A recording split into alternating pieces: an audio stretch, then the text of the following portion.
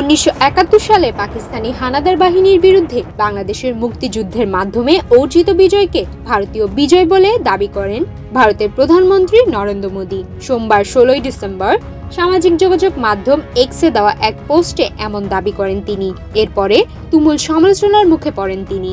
এদিকে একই দিন দেশটির সংসদের নিম্নকক্ষ লোকসভায় দেওয়া এক ভাষণে ভারতের বিরোধী রাজনৈতিক দল কংগ্রেসের নেত্রী প্রিয়াঙ্কা গান্ধী বলেন, মুক্তিযুদ্ধে ইন্দিরা গান্ধীর সহনশীলতাপূর্ণ নেতৃত্বে বাংলাদেশ বিজয়ী হয়।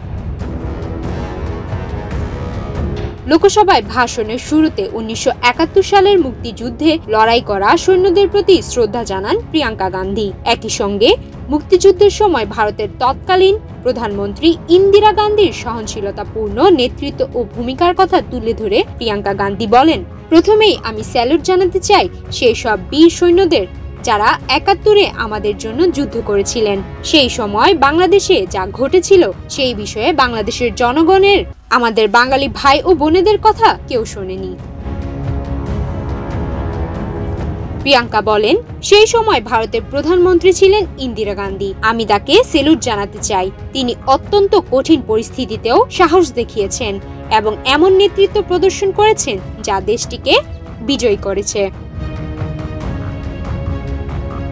লোকসভায় ভাষণে ভারতের রাজধানী নয়াদিল্লিতে দেশটির সেনাবাহিনীর সদর দপ্তরে 1971 সালে পাকিস্তানি সেনাবাহিনীর আত্মসমর্পণের মুহূর্তের দৃশ্যের একটি চিত্রকর্ম সরিয়ে ফেলার অভিযোগ করেন তিনি। প্রিয়াঙ্কা গান্ধী বলেন, দ্বিতীয় বিষয় হলো পাকিস্তানি সেনারা ভারতীয় সেনাবাহিনীর কাছে আত্মসমর্পণ করেছেন এমন একটি চিত্রকর্ম আজ সেনাবাহিনীর সদর দপ্তর থেকে সরিয়ে ফেলা হয়েছে।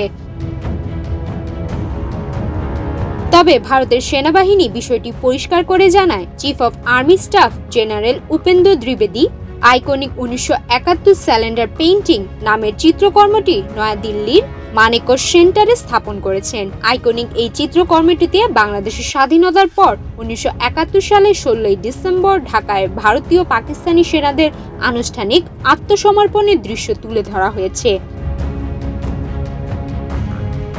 সুমাইয়া মিতু, বাংলাদেশ প্রতিদিন।